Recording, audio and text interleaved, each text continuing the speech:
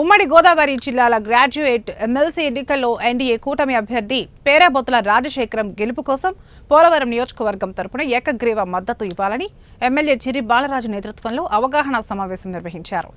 జీలుగుమిల్లి బరింకలపాడులోని పోలవరం నియోజకవర్గం ఎమ్మెల్యే కేంద్ర కార్యాలయంలో జరిగిన ఈ సమావేశంలో ఎన్నికల వ్యూహంపై చర్చించడంతో పాటు ప్రచార కార్యక్రమాలను సమీక్షించారు. కూటమి అభ్యర్థి విజయానికి ప్రతి కార్యకర్త కృషి చేయాలని, ఓటర్లను సంప్రదించి మద్దతు పెంపొందించాలని సూచించారు. ఈ సందర్భంగా పోలవరం నియోజకవర్గం నేతలు, మండల స్థాయి నాయకులు, గ్రామ స్థాయి కార్యకర్తలు భారీ సంఖ్యలో హాజరయ్యారు.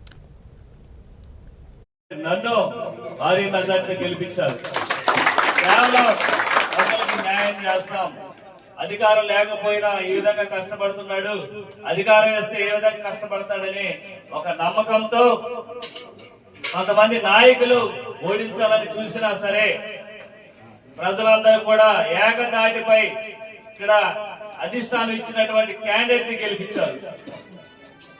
అలాగే పేరాబొత్తుల రాజశేఖరం గారు ఎట్టి పరిస్థితుల్లో నెగ్గాలని మీ అందరికి తెలియజేస్తున్నారు.